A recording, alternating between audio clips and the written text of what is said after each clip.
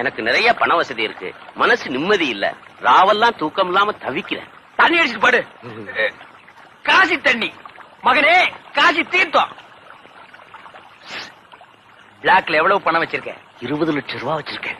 அப்புறம் எப்படி உனக்கு தூக்கம் வரும்? சொல்றத கவனமா கேளு. இந்த ஊர் மூலத்தெரு 13ஆம் நம்பர் வீட்டுல ஒரு பாவி இருக்கான். அவன் பேரு முருகன். போன ஜென்மத்தில் அவன் கிட்ட நீ கடன் பட்டிருக்கிற.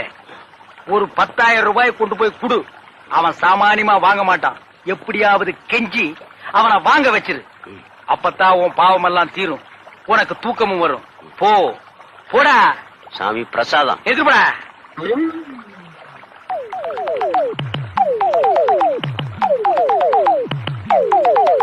கூப்பிட்டீங்களா சாமி?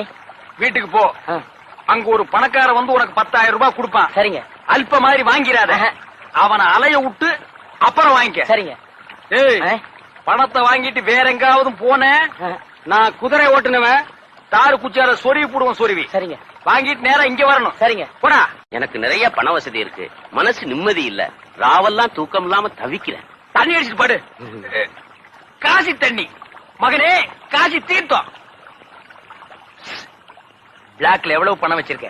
20 லட்சம் ரூபாய் வச்சிருக்கேன். அப்புறம் எப்படி உனக்கு தூக்கம் வரும்? சொல்றத கவனமா கேளு. இந்த ஊர் மூலத்தெரு 13ஆம் நம்பர்